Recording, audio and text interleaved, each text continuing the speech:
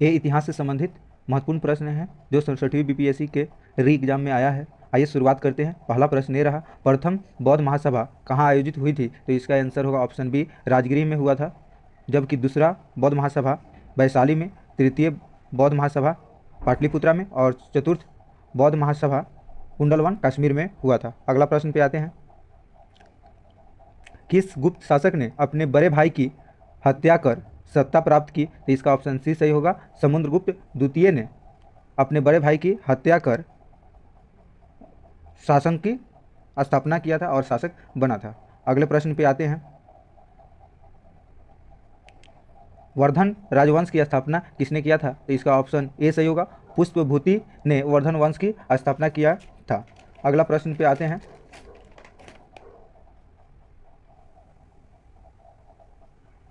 Roman साम्राज्य से व्यापारिक संबंध किसने स्थापित किया था? तो इसका ऑप्शन ए सही होगा, कुषाण शासक ने सर्वप्रथम रोमन साम्राज्य से व्यापारिक संबंध स्थापित किया था। अगले प्रश्न पे आते हैं। मुस्लिम शासक जिसका साम्राज्य दार उल इस्लाम का एक भाग माना जाता है था वो कौन सा? तो इसका ऑप्शन ई सही होगा, उपयुक्त में से कोई नहीं और उपयुक्त में से एक से अधिक। इसका आंसर होगा अलाउद्दीन खिलजी था, जिसने दार उल इस्लाम का एक भाग माना जाता है उसके साम्राज्य को। अगले प्रश्न पे आते हैं। इनमें से किसने खलीफा की शक्ति का विरोध किया था? तो इसका आंसर हो जाएगा अलाउद्दीन खिलजी ने खलीफा की शक्ति का सर्वप्रथम विरोध किया था। अगले प्रश्न पे आते हैं। तुगरिल खान ने किसके शासनकाल के दौरान विद्रोह किया था? तो इसका आंसर हो जाएगा ऑप्शन ए, बलबन के शासनकाल के दौरान तुगरिल खान ने विद्रोह किया था। अगले प्रश्न पे आते हैं। सर्वप्रथम किस मुगल शासक ने ब्रिटिश के विरुद्ध संघर्ष किया था? तो इसका आंसर हो जाएगा ऑप्शन बी, औरंगजेब। औरंगजेब जो मुगल शासक था ने उसने ब्रिटिश के विरुद्ध सर्वप्रथम संघर्ष किया था। अगले प्रश्न पे आते हैं। निम्न में से कौन से सामाजिक सुधार विलियम बेंटिक ने प्रारंभ की थी? पहला है सती प्रथा का उन्मूलन, दास प्रथा का उन्मूलन, धर्म परिवर्तन के कारण अयोग्यता के प्रधान को हटाना, ठगों के संगठित गिरोह का दमन। तो देखिए इसका हो जाएगा ऑप्शन एक, यानी कि पहला सही है सती प्रथा का उन्मूलन, उसके बाद है धर्म परिवर्तन के कारण अयोग्यता के प्रधान और ठगों के संगठित गिरोह का दमन, जो विलियम बेंटिक के शासनकाल में हुआ था। तो इसका आंसर सही हो जाएगा ऑप्शन बी, 1, 3, 4। अगले प्रश्न पे आते हैं। किसने सिंध विजित कर उसका अधिग्रहण किया था? तो इसका ऑप्शन सी सही है, नेपियर ने सिंध विजित कर उसका अधिग्रहण किया था। अगले प्रश्न पे आते हैं। भारत में प्रथम जनगणना किस वर्ष प्रारंभ हुआ था? तो इसका पहला ऑप्शन सही होगा, 1872 में लॉर्ड मेयो के काल में हुआ था और पूर्ण रूप से जो 1882 के आसपास में हुआ था वो हुआ था लॉर्ड रिपन के काल में। अगले प्रश्न पे आते हैं। सुखदेव, भगत सिंह तथा राजगुरु को किस तारीख को फांसी दिया गया था? तो इसका सही आंसर होगा ऑप्शन बी, 23 मार्च 1931 को। अगले प्रश्न पे आते हैं। महात्मा गांधी द्वारा 1940 में प्रारंभ की गई व्यक्तिगत सत्याग्रह के तीसरे सत्याग्रही कौन थे? तो इसका आंसर ऑप्शन डी सही होगा, ब्रह्मदत्त। और फर्स्ट थे विनोबा भावे, सेकंड थे जवाहरलाल नेहरू और तीसरे यानी कि थर्ड जो थे वो ब्रह्मदत्त थे। अगले प्रश्न पे आते हैं। भारत छोड़ो आंदोलन के दौरान खुफिया रेडियो किसने प्रारंभ किया था? तो इसका ऑप्शन ए सही होगा, उषा मेहता ने भारत छोड़ो आंदोलन के दौरान खुफिया रेडियो को प्रारंभ किया था। अगले प्रश्न पे आते हैं। मगध शासक बिंबिसार का चिकित्सक कौन था? तो इसका ऑप्शन सी सही होगा, जीवक मगध शासक बिंबिसार का चिकित्सक था। अगले प्रश्न पे आते हैं। बिहार में तुर्क सत्ता का वास्तविक संस्थापक कौन था? तो इसका ऑप्शन बी सही होगा, इब्न बख्तियार खिलजी ने बिहार में तुर्क सत्ता का वास्तविक संस्थापक माना जाता है। अगले प्रश्न पे आते हैं। बिहार के प्रथम भारतीय गवर्नर कौन थे? तो इसका ऑप्शन ए सही है, सत्येंद्र प्रसन्न सिन्हा। सत्येंद्र प्रसन्न सिन्हा जो कि बिहार के प्रथम भारतीय गवर्नर थे। अगले प्रश्न पे आते हैं। संथाल विद्रोह के नेता कौन थे? इसका ऑप्शन बी सही होगा, सिद्धो एवं कान्हू संथाल विद्रोह के प्रमुख नेता थे। अगले प्रश्न पे आते हैं। बिहार का चौरी विद्रोह किस वर्ष हुआ था?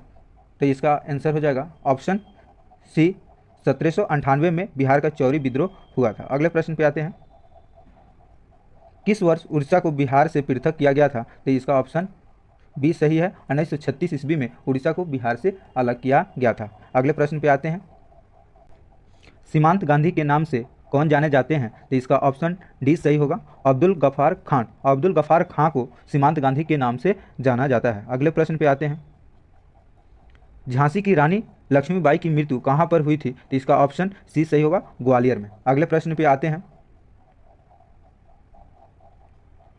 बंगाल विभाजन के विषय में किसने कहा था विभाजन हमारे ऊपर बम की तरह गिरा? तो इसका ऑप्शन ए सही होगा, सुरेंद्र नाथ बनर्जी ने बंगाल विभाजन के विषय में कहा था कि विभाजन हमारे ऊपर बम की तरह गिरा है। अगले प्रश्न पे आते हैं,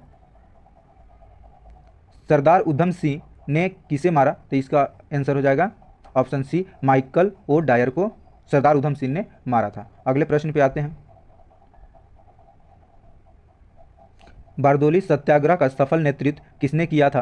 तो इसका ऑप्शन ए सही होगा, वल्लभ भाई पटेल ने बारदोली सत्याग्रह का सफल नेतृत्व किया था। अगले प्रश्न पे आते हैं, इनमें से कौन 1946 में भारत भेजे गए कैबिनेट मिशन का एक सदस्य नहीं था? तो इसका आंसर होगा ऑप्शन बी, रैमजे मैकडोनाल्ड, जबकि इसके सदस्य थे सर स्टैफर्ड क्रिप्स, एवी अलेक्जेंडर और Lord Pethick Lawrence.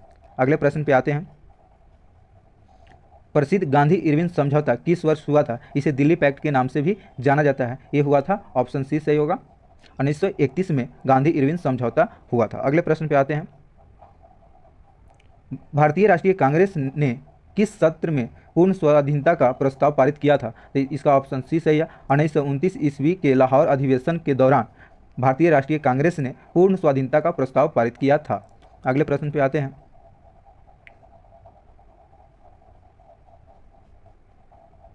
Subhash Chandra Bose ने निकोबार द्वीप को नया नाम दिया था। ऑप्शन ए सही है, स्वराज द्वीप, जबकि अंडमान द्वीप का नाम शहीद द्वीप रखा था। अगले प्रश्न पे आते हैं, फरवरी 1922 ईस्वी में पुलिस चौकी में आग लगने की घटना से संबंधित चौरी चौरा किस राज्य में है? तो इसका ऑप्शन डी सही है, उत्तर प्रदेश में चौरी चौरा जो पुलिस चौकी में आग लगने के घटना को दर्शाता है, ये उत्तर प्रदेश में स्थित है। अगले प्रश्न पे आते हैं, खुदीराम बोस किस स्थान पर किंग फोर्ट्स की हत्या का प्रयास किया था? तो इसका ऑप्शन सी सही है, मुजफ्फरपुर में खुदीराम बोस ने किंग फोर्ट्स की हत्या करने का प्रयास किया था और उनके गाड़ी पर बम बिगा जिसमें उनकी पत्नी की हत्या हो गया था। अगले प्रश्न पे आते हैं,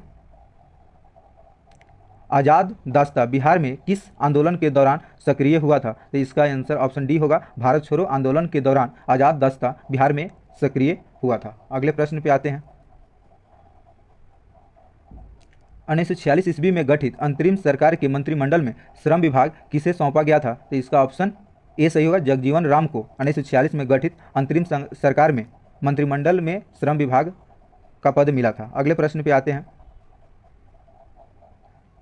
1942 ईस्वी में किस त्यौहार के अवसर पर जयप्रकाश नारायण हजारीबाग जेल से निकल भागे? तो इसका ऑप्शन डी सही होगा, दीपावली। दीपावली के दिन 1942 ईस्वी में जयप्रकाश नारायण हजारीबाग जेल से फरार हो गए। अगले प्रश्न पे आते हैं, डॉक्टर राजेंद्र प्रसाद को संविधान सभा का सभापति चुना गया। तो इसका ऑप्शन डी सही है, 11 दिसंबर 1946 ईस्वी को डॉक्टर राजेंद्र प्रसाद को संविधान सभा का अस्थायी सभापति नियुक्त किया गया था, जबकि 9 दिसंबर 1946 को डॉक्टर सच्चिदानंद सिन्हा जी को अस्थायी सभापति के रूप में नियुक्त किया गया था। इसका सही आंसर होगा दिसंबर 1946, यानी कि ऑप्शन डी सही है। थैंक यू दोस्तों, जल्दी ही इसका और वीडियो लेकर हम आ रहे हैं।